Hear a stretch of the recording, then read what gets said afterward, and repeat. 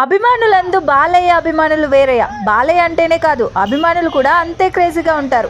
Mansion house అనగానే బాలయ్య గుర్తొస్తారు. ఈ వీడియోలో చూడండి, మ్యాన్షన్ హౌస్ ఫుల్ బాటిల్తో అభిషేకం చేసి మరోసారి బాలయ్య అభిమానులు అనిపించుకున్నారు. సో మనం కూడా ఒకసారి జై బాలయ్య.